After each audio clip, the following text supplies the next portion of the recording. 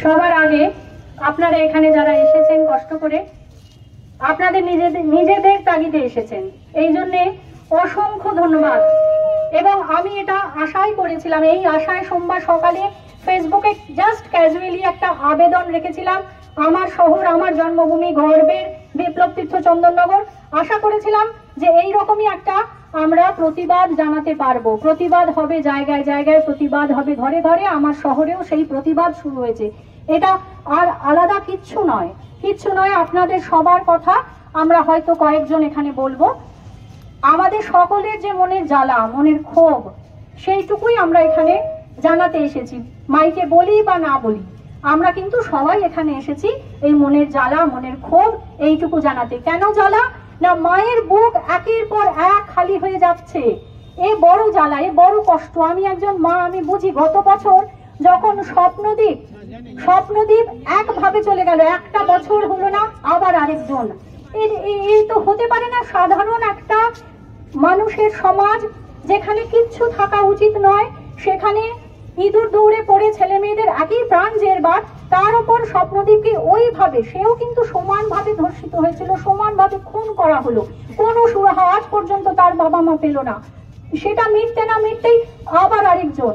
এইভাবে যদি আমরা নিজেদেরকে ঘুরে না দাঁড়াই, নিজেরাই যদি ঘুরে না দাঁড়াই, তাহলে আস্তে আস্তে বাড়বে। আস্তে আস্তে বাড়াটাকে রোধ করা দরকার। এই বাড়া রোধ করার জন্য আমরা আজকে ঘর থেকে পা বাড়াতেই হবে।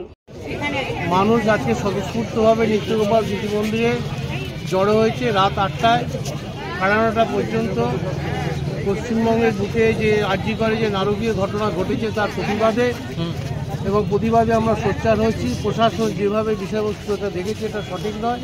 আমাদের কতগুলো সুনির্দিষ্ট দাবি আছে।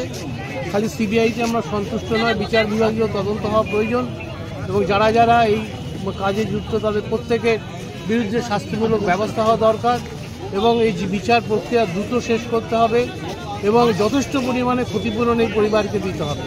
এই মেয়েটি সে চাকরি করলে যত রোজগার করতে পারত সেই সমানুপাতিক হারেই এদের পরিবারকে আজকে আমাদের উচিত রাজ্য সরকারের ক্ষতিপূরণ দেওয়া এবং ভবিষ্যতে যাতে এই ঘটনা না ঘটে প্রত্যেকটা হসপিটাল, প্রত্যেকটা হেলথ সেন্টার, বিভিন্ন যে মহিলাদের ছাত্রাবাস রয়েছে সেখানেও যাতে পর্যাপ্ত সিকিউরিটি থাকে, এটাই আমাদের দাবি।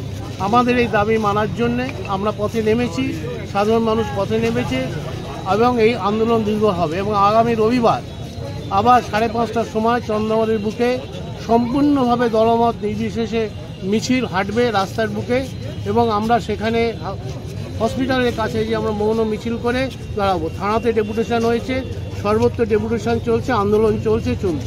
আচ্ছা, পশ্চিমবঙ্গের যে স্বাস্থ্য ব্যবস্থা তাতে এই রকম ঘটনা যেভাবে হলো, পশ্চিমবঙ্গের এখন কোনো ব্যবস্থাই নেই। পশ্চিমবঙ্গে না আছে স্বাস্থ্য ব্যবস্থা, না আছে শিক্ষা ব্যবস্থা, না আছে ল অ্যান্ড অর্ডার, কোনোটাই নেই। তো নেই রাজ্যের মানুষ হয়ে পশ্চিমবঙ্গে কয়েক কোটি মানুষ বসে রয়েছে। আচ্ছা, আইনজীবী হিসেবে কোনো আইনি পদক্ষেপ নেই? আইনি মহোদয় হাইকোর্ট অলরেডি ইন্টারভেন করেছে, হাইকোর্ট অর্ডার দিয়েছেন একটা, সেখানে 11 জন মানুষ জনস্বার্থ মামলা করেছে, সেই জনস্বার্থ মামলার শুনানি চলছে। সুতরাং আর নতুন করে কিছু বলার এই মুহূর্তে কিছু নেই। আচ্ছা, চিকিৎসক হিসেবে আপনার যদি কিছু পরামর্শ?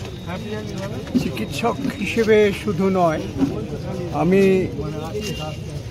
এই ডাক্তারদের উপর যে আক্রমণ হয় তার জন্য যে কমিটি আছে আইএমএ রাজ্যে, সেই কমিটির দীর্ঘদিন আমি কনভেনার এবং প্রেসিডেন্ট ছিলাম।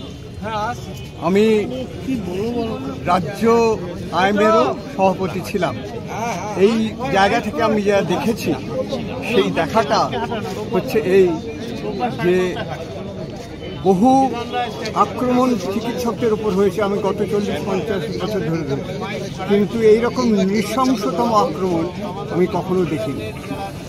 এবং এই যে ঘটনাটা ঘটছে, এই ঘটনাটা একটা শুধু ক্রাইম নয়।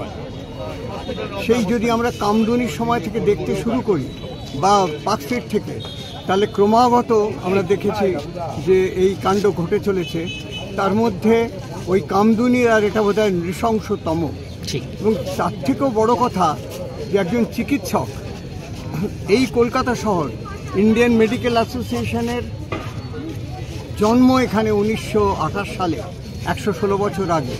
সেই কলকাতা শহরে অন্য কোথাও নয়, একটা সুরক্ষিত হওয়ার কথা একটা হাসপাতাল, বড় হাসপাতাল আরজি করের মতন, তার ডিউটি রুমে থেকে একজন লেডি ডাক্তার আক্রান্ত হলেন, এবং শুধু আক্রান্ত হলেন না, মানে নিহত হলেন, ধর্ষিত হলেন। এর থেকে বড় কলঙ্কের জায়গা আর কিছু নেই। ঠিক এই ব্যাপারটাই আমাদের মাথায় এমন জায়গায় এনে দাঁড় করিয়েছে যে চিকিৎসক সমাজ, তার মধ্যে যে বিভেদটা ছিল সে বিভেদটা মিটিয়ে তারা গতকাল আইএমএর মিটিং হয়েছে চন্দননগরে, এবং আজকে সকালে রাজ্যের মিটিং হয়েছে, সবাই নিন্দা করেছে এবং ওই প্রশাসনিক গাফিলতির নিন্দা করেছে, এবং প্রশাসনিক গাফিলতি কাটিয়ে এটা সুরাহা